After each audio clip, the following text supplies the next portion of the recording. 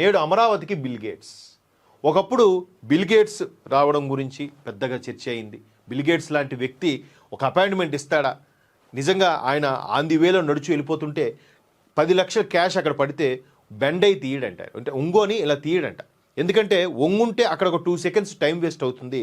ఆ 2 సెకండ్స్ ముందుకెళ్తే కనుక దానికి రెట్టింపు సంఖ్యలో ఆయన సంపాదిస్తాడు. అంత బిజీ అయిన బిజినెస్ మ్యాన్, ప్రపంచం మెచ్చుకోదగ్గ బిల్ గేట్స్ అంటే బిలీనీర్ అని కూడా అనేవారు. అటువంటి Bill Gates just 5 minutes appointment ఇచ్చారట అప్పట్లో, అంటే 95 తర్వాత 99లో ముఖ్యమంత్రిగా చంద్రబాబు నాయుడు గారు ఉన్నప్పుడు. సో తర్వాత ఆయన ప్రజెంటేషన్ అది చూసి 45 నిమిషాలు మాట్లాడారట. ఆ తర్వాత ఆయన సైబర్ టవర్స్కి ఓపెనింగ్కి రావడం, బిల్ గేట్స్ గారు స్టేజ్ మీద కేవలం నలుగురికి ప్రాధాన్యత ఇచ్చారు. నాకు బాగా గుర్తుంది. 1 చంద్రబాబు నాయుడు గారు, 2 బిల్ గేట్స్, 3 ఇన్ఫోసిస్ సత్యం రామలింగరాజు గారు, 4వది ఇన్ఫోసిస్ నారాయణమూర్తి గారు అనుకుంటా.